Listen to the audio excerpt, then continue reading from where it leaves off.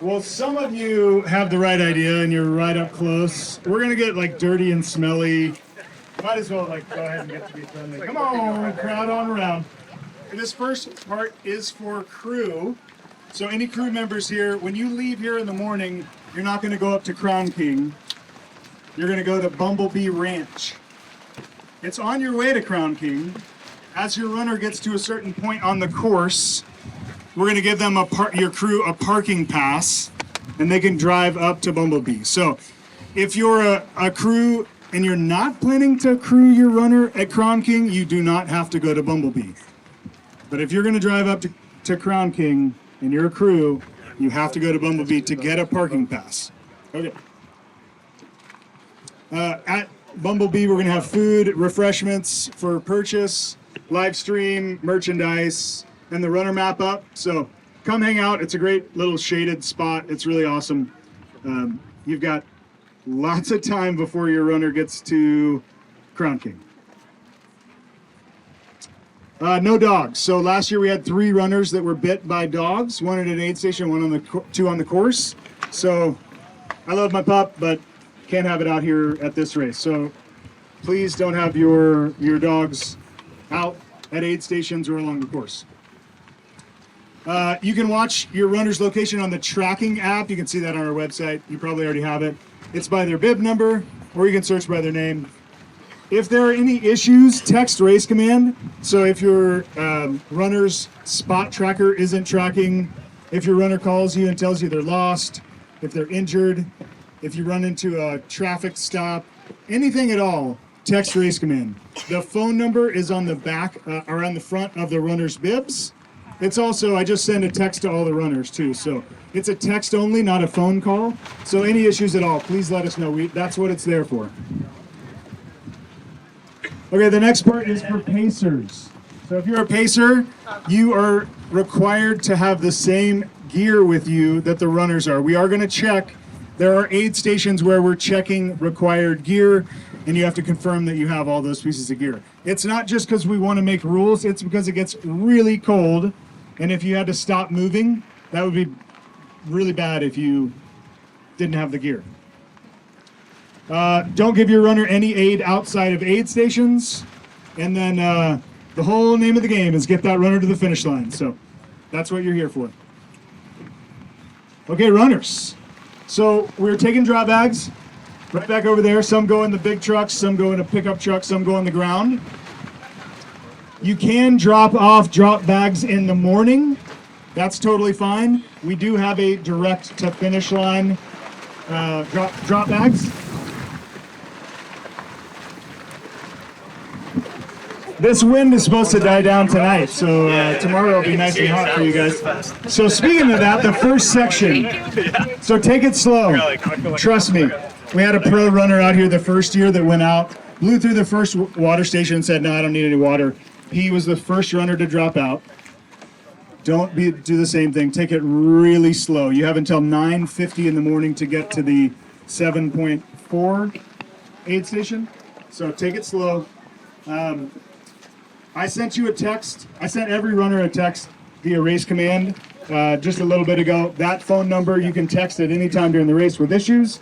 If the course marking is off, let us know. We'll get out and fix it. It's text only. If you didn't receive a text from Race Command, then look at the phone number on your bib and text in your bib number and your name so that we can get the correct phone number entered into Race Command. Every runner needs to have the course file GPX downloaded to a GPS-enabled device, meaning airplane mode, you can still see the course, you can still see the blue dot, your location. If you don't and you have an issue, come find me after this, we'll try to get it fixed. Every runner has to leave the start line tomorrow morning with the capacity to fill 4 liters of water. You don't have to leave here with 4 liters of water, but you do have to leave aid station 1 with 4 liters. No joke, you will need all 4 liters, plus a liter at the first water fill station at mile 11, plus a liter at Milk Ranch, mile 25, and you will need all 6 liters.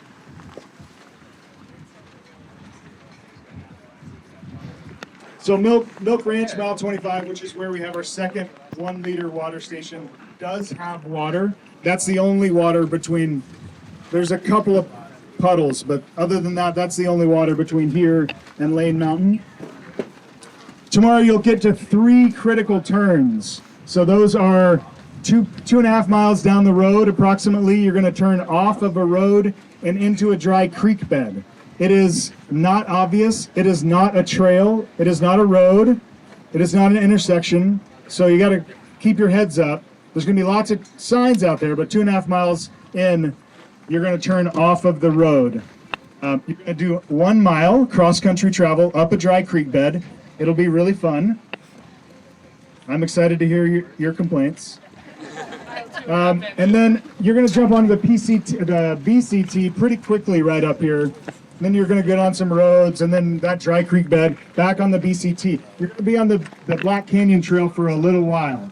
And when you're on the trail and you cross a road, that's where you're going to turn right. So check it out right there. A lot of people cross the road, stay on the Black Canyon Trail, and then about a mile or two past, they realize they got to go back a mile or two. The turn to go up Lane Mountain. So you're going to be on a fairly good graded road at about mile 29. And it's a turn onto a single track trail that is very hard to see. Your GPX file should be correct, but it's like a weird anomaly of space and time at that point. The blue dot will not be on the right location. So when you get in there and you pass the bathtub, you're really close to the turn. Look for that right turn. Okay, there's a number of aid stations that are out and backs, meaning you have to like go down to the aid station and come back to continue on the course. Every runner has to go down to the aid station. You can't bypass that.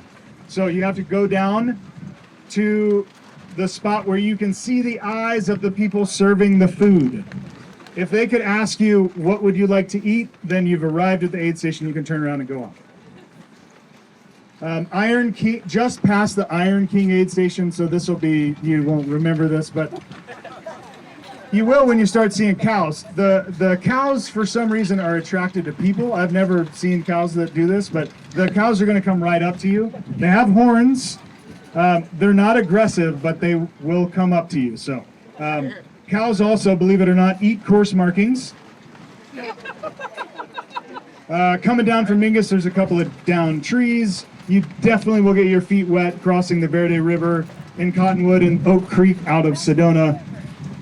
So we have a number of course splits where the 125 or the 38 miler will deviate from where you're going. You got to make sure you take the right turn. The turn will have an arrow sign. It'll be an orange or pink color, and it'll have an arrow, and it'll say Cocodona 250. The other one will say Sedona Canyons 125, and it's blue. Stay with Cocodona 250.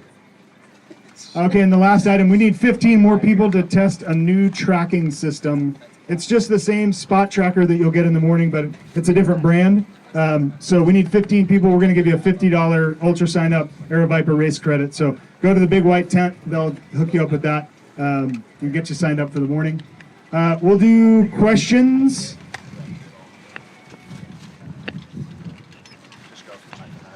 The aid stations have ice. Do the aid stations have ice? Yes, the aid stations will have ice. You have to physically check in and sign in at any aid station, or you just have to make eye contact. You do not have to check in or check out at any aid station. You just have to make eye contact was my quote unquotes. It gives you an idea that you have to get to the aid station. Do we have to stop again to get our tracker like recharged or reset like last year? Good question. So I should have gone over this. In the morning, for a 3:45 a.m., we're going to open that white tent and we're going to start issuing spot trackers. So there's a little bit of a mad rush right at 4:45 to get your spot tracker. So don't be that person. Please come early, get your spot tracker. Those spot trackers, the battery life will last the entire race. So no need to turn it in or to reset it or to charge it. Just keep it up, high. If you change backpacks, make sure you change with that GPS or with the spot tracker. Once the crew is released from Bumblebee, how much time do we, I mean, it takes about an hour to drive down. How much before our runner will usually be in do we get? Good question. So their hold release, where we're going to release the crews to drive from Bumblebee up to Crown King, is placed far enough down the hill that the back of the pack, the last runner's pace, the crew will still beat them up to the top.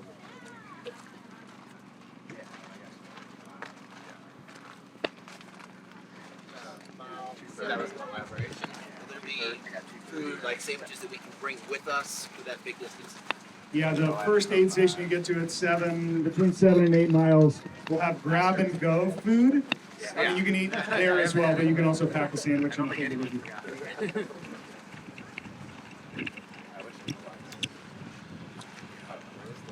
Okay, Sorry. no, you're good. In the morning, will there be water to fill up our bladders and stuff here?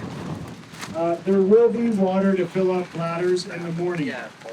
You also have the option to fill it up in advance tonight if you want. So if you look that direction, you'll see some portable toilets. To the right of the portable toilets, there's a big pipe sticking out of the ground about 6 feet high, and there's a hose attached to it. You can go there and fill it up, or we can go back and forth filling up water for you and bringing it over here. Is anybody nervous? That's pretty normal. Is anyone excited? Yeah! Okay, it'll change you. It's an awesome race. Don't rush too far along. Take your time and enjoy it. We'll see you guys in the morning. Thank you very much.